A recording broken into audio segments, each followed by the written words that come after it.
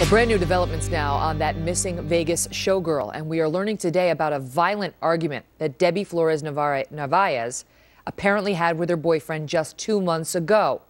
According to the police report, Jason Blue Griffith pushed her to the ground, kicked her, and pulled out a clump of her hair.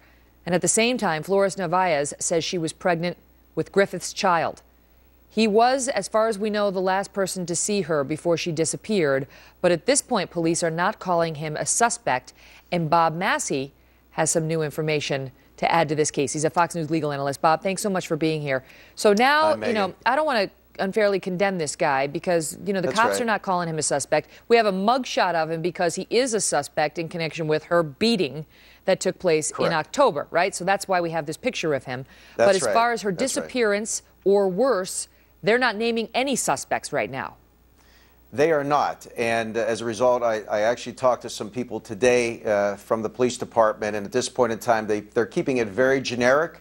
Although you and I both know that although they're not naming him as a suspect, we know that, in fact, they're doing the appropriate investigation, because if you start putting things together, surely common sense tells you it could lean towards him. But at this point, they did say yesterday in a press release, Megan, that there was evidence of foul play. Now, they didn't describe what that evidence was. You and I talked yesterday that there was an abandoned vehicle. I'm sure they did some forensics on that, continue to do it. So at this point in time, although he's not a alleged suspect, I mean, I'm sure they're doing their due diligence. And in addition to that, I must tell you, you and I have covered these, they're saying, well, he's cooperating. And again, no disrespect to this man as it relates to the missing girl. Scott Peterson said the same thing. Yeah. So, I mean, just because he's cooperating doesn't mean that he is not ultimately the person responsible. But the foul play headline is interesting because thus far, prior to that, the police had not even gone that far. And there was still speculation about whether Debbie may have just taken off, maybe felt blue before the holidays.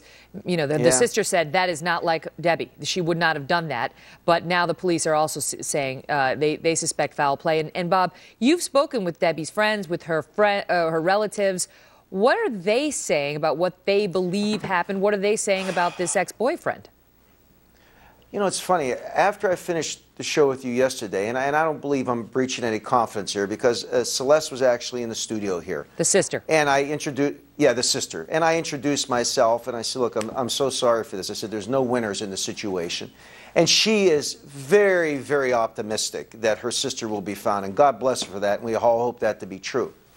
But what I thought was interesting is that in discussing, just dialogue like you and I would be talking about the boyfriend, it's not that she necessarily defended him, but I would say that she was fair towards him in that not convinced that he would be responsible. Now, after that, I talked to several people, and one of the reasons why I think she may have responded to my simple dialogue is she believes that in all the interviews that she's doing, that the media is trying to push her towards convicting this guy. So her response to me, Megan, may have been more of a posturing as opposed to what's in her heart. And I think that may have been the result of it. But in addition to that, of course, it was discussed that apparently Deborah told her girlfriend that she found out, she believed that Blue, this boyfriend, was allegedly cheating on her. You put all this together, Megan, it just is not a good, safe picture for this girl. No, it's not. It certainly isn't. Well, let's hope Celeste's optimism is well-founded. Just a few days before Christmas. Bob Massi, thank you so much.